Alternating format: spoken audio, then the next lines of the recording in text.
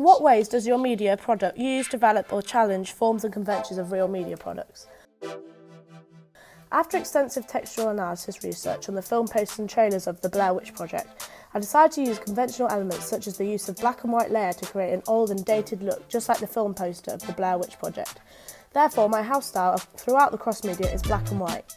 This colour scheme is conventional of the horror genre and creates depth of the two colours juxtaposed. The binary opposites of white representing peace and purity compared to black representing death creates a jarring and uncomfortable image for the viewer, and the poster therefore begins to promote horror into the audience and then a successful convention.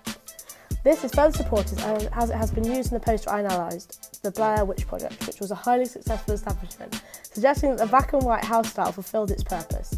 Similarly, both my poster and the Blair Witch Project poster established the setting of the film on the poster.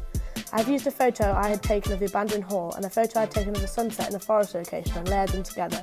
I did this as each photo by itself was not scary enough for the horror genre. After layering the two together, I found it incorporated both locations of the film together, and by adding the black and white layer, it then created a dated, old and forgotten aesthetic to the poster.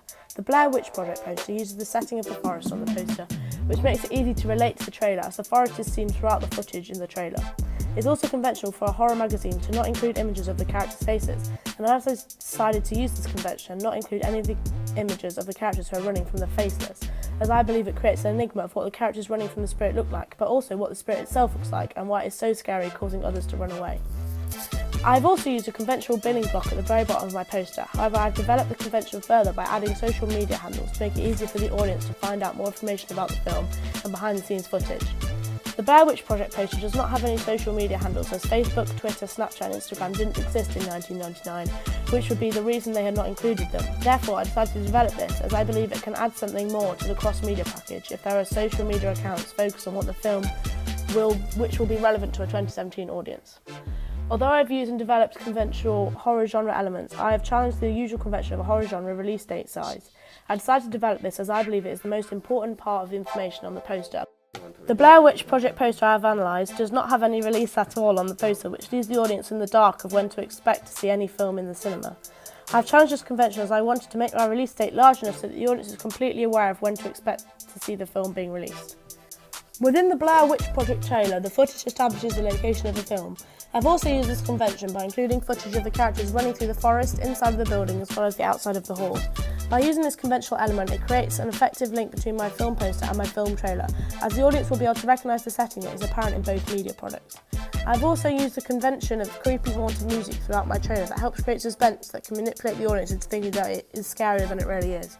The trailer I've analysed also uses creepy music to create dramatic suspense, like many trailers, as it then creates an anticipated climax that the audience believes is soon to come after the build-up of tension.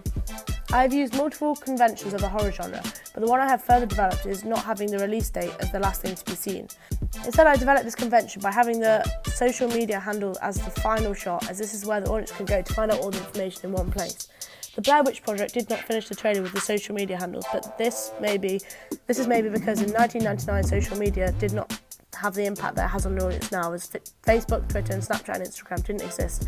Therefore, the release date would have been the most important piece of information to the audience at that time. However, I've challenged certain elements such as the length of my trailer compared to the length of the Blair Witch Project and Chernobyl Diaries, two trailers I have analysed that are both over 1 minute and 30 seconds. My trailer, The Faceless, is under 1 minute and 10 seconds long, which means there is a large time difference between my trailer and the trailers I have analysed.